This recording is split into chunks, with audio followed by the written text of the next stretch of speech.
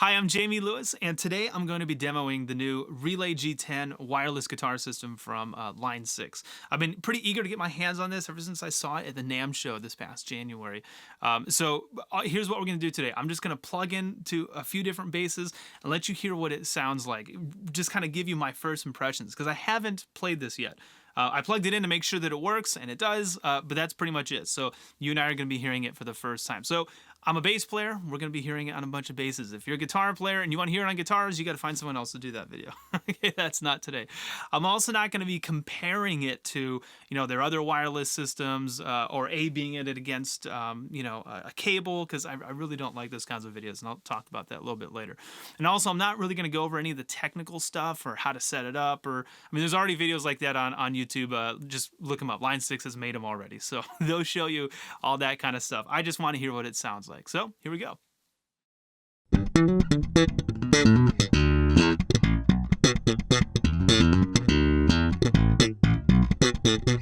So the first thing that I'm listening for when I'm playing a piece of digital equipment, which this is a digital wireless unit, is I'm listening for latency. So that right there, this was just a slap groove on a passive J bass. These are Aguilar pickups, and what I'm listening for is there any latency? So what's latency? Latency is I hit the note and then I hear it, a split second later. And anytime you use digital equipment, there will be latency. There has to be, because here's what's happening. It's taking this analog sound and it's converting it into zeros and ones, which is binary. That's what computers speak, right? And then it's turning those, processing it, doing whatever it has to do, and then it's turning it back into analog sound, which is coming out of the speakers behind me, right? So anytime you do that, there has to be a conversion process, and that conversion process takes time. Now, not very much. Really good equipment like the Universal Audio Apollo that I'm using, a Pro Tools HD system, the digital console that you plug into when you're playing a gig, they have really good processing speeds that, will give you latency of like a millisecond and a half, 2 milliseconds. Things that are kind of virtually unnoticeable to the human ear, right? But it's latency nonetheless. Anything kind of above 3 or 4 milliseconds, my ear can kind of like, okay, I can tell there's something not right here. Something like 10, 12 milliseconds, that would be kind of unplayable for me. So a good way for me to tell, is there noticeable latency here? And again, noticeable is the key, because yes, there's latency.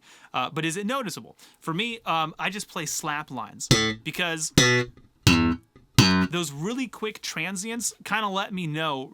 In other words, if I let the note ring out, if I do that, it kind of tricks my ear, or it might make it hard to distinguish whether or not there's any latency happening. Versus if I do something really quick, it makes it very, very obvious if there's something happening. And actually, if there was any latency right now that was noticeable, it would be very apparent to me, because I'm actually going through 2 stages of conversion.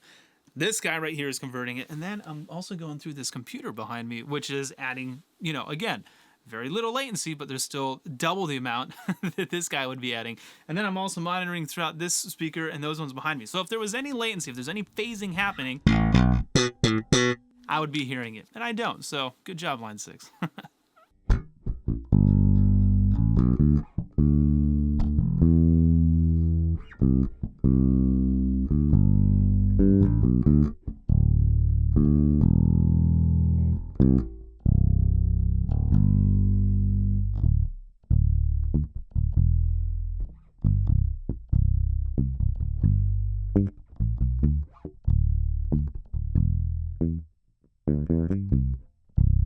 So the next thing I want to listen for is how is it affecting the tone?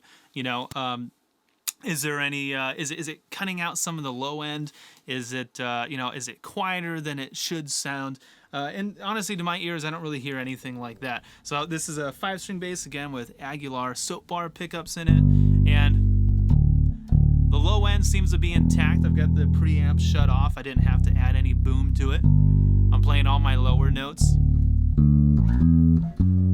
and trying to play something that might sound like a pop bass line or some like alternative rock group that I might play in. And yeah, everything is sounding big. It's sounding full. The decay, it's another thing that like as the notes go on, like is a note getting squashed down? Is there any noise? Anything digital that's happening? And I don't know, to my ears, sounds totally fine.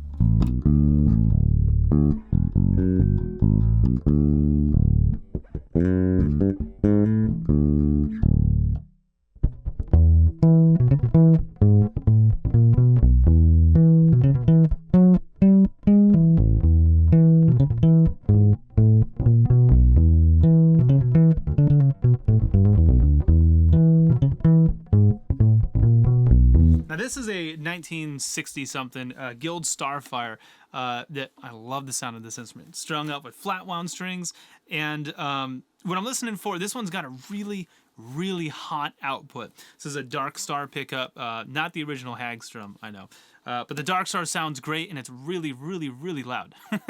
The other bass was active, and I had to put a 10 dB pad on it. This one I would need to put a 20 dB pad or something. It's really, really heavy. But, I adjusted the preamp, and I'm just trying to see, is the hotter pickup causing a problem? Is it causing any distortion, any warmth or fuzz that we don't necessarily want it to have, even though it's not distorting the preamps?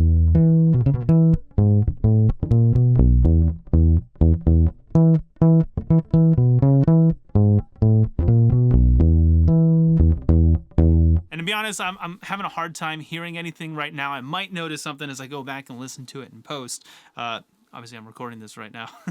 But to my ears at the moment, it sounds fine. I don't really hear anything. And here's something also that's cool that I didn't even realize, is there's no sound this is the third time I've changed the bass, right? When I unplug it, put it back in, I'm not getting pops and clicks.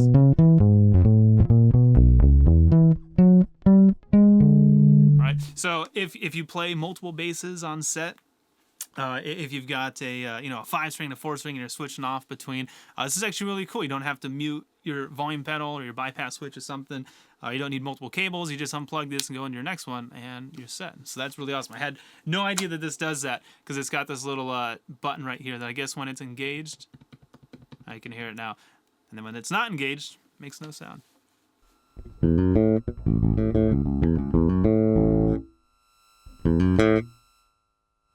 Okay, so here's something interesting on this one. It's not on any particular pickup, but I'm getting a really nasty ringing out, and it gets worse when I crank the top end of the preamp.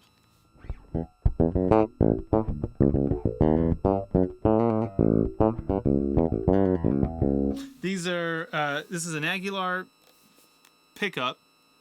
But it's the same preamp that was in my 5-string. So I'm gonna try this really quick. I'm gonna try changing out the battery and see if that makes a difference.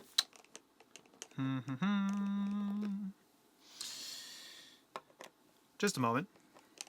Got a new set of Energizer batteries. Let's see if these on there. All right. That could have been the problem. All right, so here we go. I put a new battery in there. Let's see if it makes a difference. No, still there. But it got no.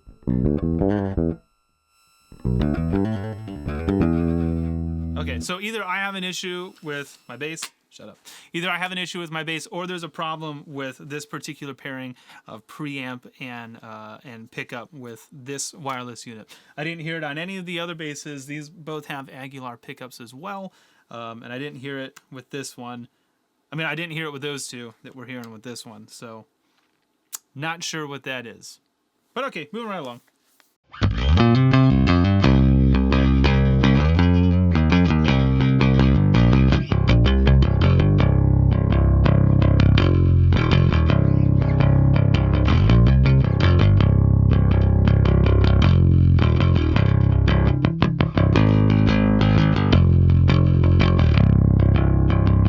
So this is a 70s Gibson Grabber, and I keep it tuned in drop C. It's got really, really heavy strings on it. And I'm playing with the pick, so again, I'm going for that latency. Can I notice those quick transients?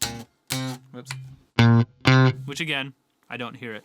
And also, I'm trying to get it to distort, because when I play with the pick, I play really heavy. I play really hard, and this is a bass that's designed for that. It's designed for heavy music. And So with the old wireless units that weren't digital, like the UHF ones that I used to use back in the 90s, if I started to dig in really loud, I could actually get it to start to distort from right here. And that was an issue. So I'm trying to see if I can get it to crap out on me. And to be honest,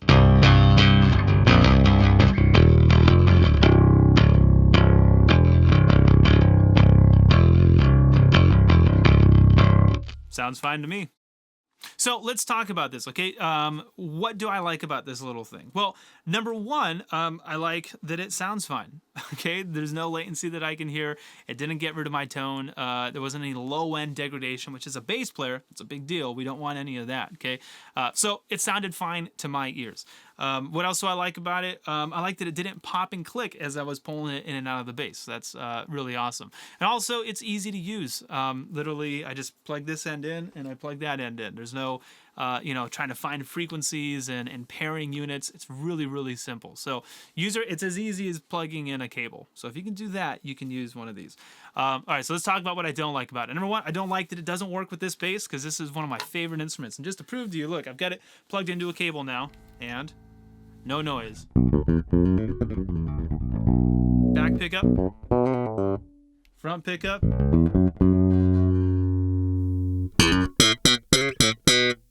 Love this Aguilar 3-band preamp. It's so awesome. So for some reason, I was having issues with this bass and with this unit. So I'll have to look into that. Again, it could totally be user error. It could be my fault. For some reason, it wasn't working. What else I don't like about it? I wish it came in a right angle. Because you'll notice when I plug it in, right, it sticks out, not much, about that much. But I wish it could lay flat against the bass. And I was thinking I could jimmy rig it somehow, but because of this button right here that allows for the pulling in and out without the pop and the click, I'm not going to try that because I'm not that tech savvy. So I did wish it came in a right angle so it could lay flat against the bass like this. I do think it sticks out too much. If we could make it about like that big, that would be better for me. It's USB powered. And so that's not a problem for me, but I could see how it could be an issue for you. If you have a pedal board, when I say it's USB powered, it's the same way your phone plugs in, right? So if you have a power supply that has a USB input, well, then you can power this unit straight from there. Otherwise, you'll have to use a wall wart, like the same kind you use for your phone. And that's a bit of a drag, I guess. I don't use a pedal board anymore, so it's not a problem for me, but you might have that issue. Also, the fact that it's USB powered, do not plug it into the same laptop that your audio interface is plugged into, okay? So if you got like a Firewire or a USB or a Thunderbolt interface plugged in your computer and that's where your bass is plugged into, like in this case, if I try to power this unit USB into the same computer, you're gonna get all sorts of crazy. It's gonna sound like you're trying to contact outer space. So that's an issue too. So just be aware of that. Does it make a difference? No. Now let me back up for a second. Everything that you plug into will be different. Okay, if I plug into a tuner pedal, it's changing my tone, maybe just that much, but everything that's in your signal chain is making a difference in your sound. But does it make a difference? To me, the answer is no, because and this is why I don't like those videos where or shootouts where I'm playing a passage and then I swap out and I plug this in and I start playing the same passage. There's going to be a subtle difference in my performance between those two takes, right? And you're going to notice that difference way more, because my hand was here instead of, 1.5 inches in the other direction. Or I plucked that note a little bit louder. So the performance is going to make all the difference in what you're doing. Whether you're plugged into a wireless unit or 30 pedals or a compressor or this or that. I mean, yes, everything you plug into is going to change what you're doing, but does it make a difference? Honestly, I don't think so. The 0.001 tone change or latency change or whatever the thing is does not make a difference in your playing. And if it does, I wouldn't blame the equipment. Okay, well, that's a whole can of worms we won't get into. Would I actually use this? Yes, definitely. Obviously not with this bass, but I will be using this at club gigs. Here's a fantastic example of something like this. I'm shooting a video right now, and this is a great tool because there's less wires on the floor. I've got this one now. It's right here at my feet. Now, you guys can't see. Everything looks kind of clean from where you're at, but behind you, it's a mess. There's wires. I got this microphone. Everything's all over the place, and it's crazy. And so I don't like having clutter. So if I could just plug this in and shoot videos, I mean, that's awesome. I'm totally for it to eliminate some of the cable clutter. I will say that I was having some issues, not with this one, but a couple years ago I played at the Anaheim Convention Center, which is a 360-degree venue that sat 15,000 people. And I was having issues standing this far away from my amplifier with not this one. This wasn't out yet, but it was like the G55 or 70, whatever their big dog one was at the time. And it was dropping out like crazy. And it turns out we had to, the venue at the Anaheim Convention Center, they had units on the same frequency. And the artist that I was playing needed to submit in our writer whether or not we were using wireless equipment and what frequencies those were going to use, all right? So what does that mean? Even though I will be using this, I trust it, I'm still going to bring a cable because in that particular scenario, we weren't ready, and they didn't have the stuff. They weren't able to compensate for a wireless, so we all had to go wired, and it was a total drag. So I guess that is a thing that can happen unless they fixed it in the past couple of years. I don't know, but I would still keep a cable with me. So, anyways, I hope this video was beneficial to you. I hope you enjoyed it. Please do me a favor, hit that like button. Or if you hated it, hit the dislike button. I don't care. Just let's be honest here. Go ahead and share this on Facebook, YouTube, or Google Plus, or Twitter, wherever it is that you're on social media. Please go ahead and share this video and click the subscribe button because I got a whole bunch of other videos doing product demos and I do instructional videos and live performances and all that kind of stuff. So if you like what you see here, come check it out. And I'd like to get to know you on any one of those social media platforms. So until next time, take care, and I'll see you.